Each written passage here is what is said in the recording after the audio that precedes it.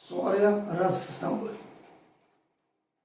भारतीय समाज संस्कृति अध्यात्म दर्शन में ज्ञाति एक जाति बहुत ही बड़ा पॉइजन है, जहर है।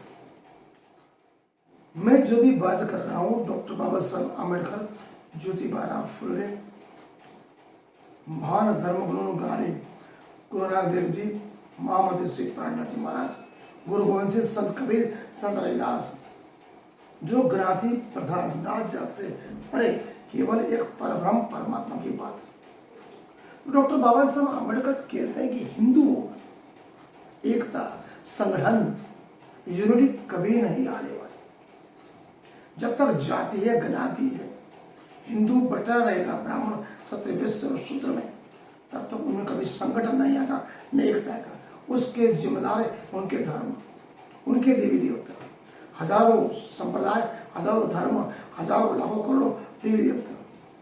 हिंदू विभक्त कुटुंब में रहता है, एकजुट नहीं हो सकता। एक सिख 1.25 लाख के बराबर होता है, एक मुस्लिम एक हिंदू के 1000 टोले के बराबर होता है। सिख को पता है एक सिख कुछ भी होगा, हजारों सिख दौड़ के आ जाएंगे। एक मुस्लिम खड़ा होगा, तकलीफ होगा, 1000 मुस्लिम आ जाएंगे। एक हिंदू होगा, दूसरा हिंदू बोलेगा बदमाश है, वो तो पंचाले बनिया है, ब्राह्मण है, छोड़ो अपना वो क्या। ये हमारे हिंदुओं की मानसिकता है। हिंदुओं नीति शास्त्र पे ज्ञाति का प्रभाव इतना विनाशक है, ज्ञाति ने उनके हृदय, मन और आत्मा से वो जन का उत्साह छीन लिया। ज्ञाति में जो जाहिरी भावना है, ज्ञाति में लौकिक भावना, बंधुत्व, एकता, भाईचारे की भावना मिट चुकी है। एक हिंदू के मन में ब्राह्मण, क्षत्रिय, वैश्य, शूद्र में हिंदू होना मतलब एक टिपिकल ज्ञाति। उसकी जिम्मेदारी केवल एक ज्ञाति, ब्राह्मण ब्राह्मण की बात करेगा, बनिया बनिया की, शुद्ध शुद्ध की, क्षत्रिय क्षत्रिय की बात करेगा। उसकी निष्ठा उसकी ज्ञाति होती है। शक्ति भी वहीं पर है, गुण भी वहीं पर है और ईमानदारी वहीं पर है। मतलब उसकी रीति नीति, गुण और निष्ठा अपने ज्ञाति के एक कुएं जैसे सौ में बंधी हुई। अगर कोई योग्य व्यक्ति मिलता है, चाहे वो किसी भी कास्ट का हो, उसके प्रति उसके हृदय, मन, आत्मा में कभी आत्मसम्मान नहीं होगा। वो गुणों की कदर नहीं करेगा। अगर किसी को दान देना है तो ये नहीं समझेगा वो गरीब है तो उसको जरूरत है और रोटी कपड़ा मकान की, वो नहीं दे, वो उस ज्ञाति का, इसलिए उसको मत दो।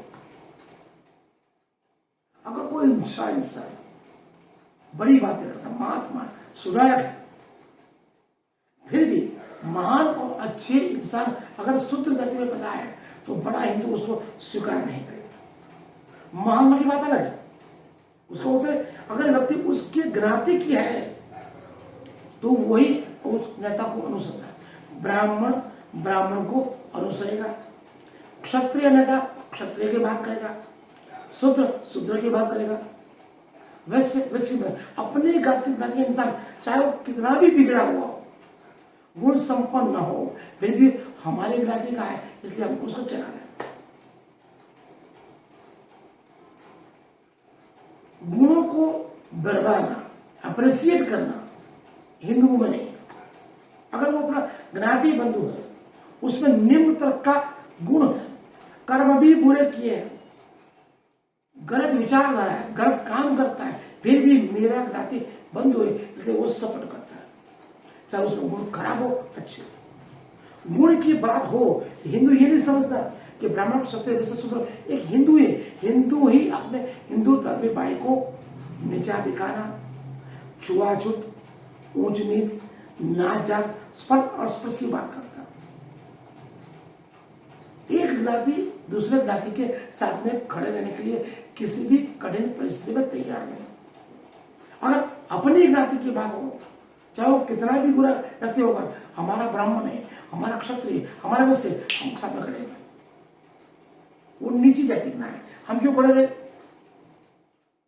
आज भी डॉक्टर बाबा साहब आम्बेडकर ने संविधान बनाया, समग्र जाति को, चाहे वो ब्राह्मण हो, क्षत्रिय, वैश्य, शूद्र हो, सभी नारियों का जीवन 1947 के पहले उनको पढ़ने लिखने का अधिकार नहीं था। अगर वो दिया तो केवल डॉक्टर बाबा साहब आंबेडकर ने। फिर भी आज भी वो ब्राह्मण क्षत्रिय वैश्य स्वीकारने के लिए तैयार नहीं है कि हमारे घरों की नारियों को, बहू बेटियों को पढ़ने लिखने का अधिकार दिया तो केवल डॉक्टर बाबा साहब आंबेडकर ने। डॉक्टर बाबा साहब आंबेडकर केवल शूद्रों के नहीं, समग्र मानव जात के लिए कार्य किया, फिर भी वो स्वीकारने के लिए तैयार नहीं। वो सुपरियर जो उन्होंने कॉम्प्लेक्स है वही उनको नीचे करता है। इसलिए मैं कभी कभी देखता हूं कि किसी भी शर्तों पे अगर कोई सुधार भी आ गया, मान महात्मा सुधरा, अगर वो दूसरी ज्ञाति का है, हम बात करेंगे राजा महाराज मोहन राय की विधवा भी उन्होंने बात की थी। आर्य समाज के स्थापक, वो भी ब्राह्मण थे, ब्राह्मण नीति के विरोध थे, धर्म कर्म पाखंड के विरोध थे। स्वामी दयानंद सरस्वती, उनको मारने वाला ही ब्राह्मण था। उन्होंने कर्मकांड का, पाखंड का, व्यायाम का विरोध किया था, गलत नीति उनको मारने वाला भी ब्राह्मण ही था। मतलब इतनी निचली कक्षा तक भी वो सुधारक को कपट तरीके से मारने के लिए नियम के विरुद्ध चल जाते हैं। केवल ज्ञाति हमारे हिंदुओं का कनिष्ठ रोग है। इसलिए मैं कहता हूं जब तक ज्ञाति समाप्त नहीं हो जाती, नात जात ज्ञातियां समाप्त नहीं हो जाती, तब तक मानवता कभी भी भारतीय संस्कृति अध्यात्म में पनपने वाले नहीं। जिनके देवी देवता हजार लाखों करोड़ में, उन पे ही में साम्यता नहीं। इंद्र विष्णु से लड़ता है, विष्णु इंद्र से लड़ता है, गणपति अलग बात करता है, ब्रह्मा अलग बात करता है, सभी देवी देवता अलग बात करते हैं। उनके देवों में ही एकजुटता नहीं। उनके धर्म पंथ संप्रदाय भी हजारों है, नीति नियम सिद्धांत आचार विचार पूजा पाठ सब कुछ अलग है। और जिस हिंदू के घर में विभक्त कुटुंब है, वो हिंदू कैसे संगठित होगा? राजकीय नेता, सामाजिक नेता, धार्मिक नेता, रत्ती भर का ज्ञान ब्राह्मण पुरोहित पंडित के पास होता है, जिसकी वैल्यू चवन्नी तक के नहीं, उसके पांव करोड़पति पड़ते हैं। तार्किक और दलित तौर पर ये नहीं सोचते हैं कि वो शास्त्र पुराण संहिता मानव मात्र की बात करता है कि नहीं करता, प्रेम स्नेह दया करुणा की बात करता नहीं करता। महावीर बुद्ध को क्यों इतने कठिन संघर्ष झेलने पड़े? क्यों गुरु नानक देव जी को, क्यों कबीर देव जी को, क्यों महामती प्राण जी को? उन्होंने केवल मानव मात्र विश्व बंधुत्व की बात की, दुनिया से अलग चले।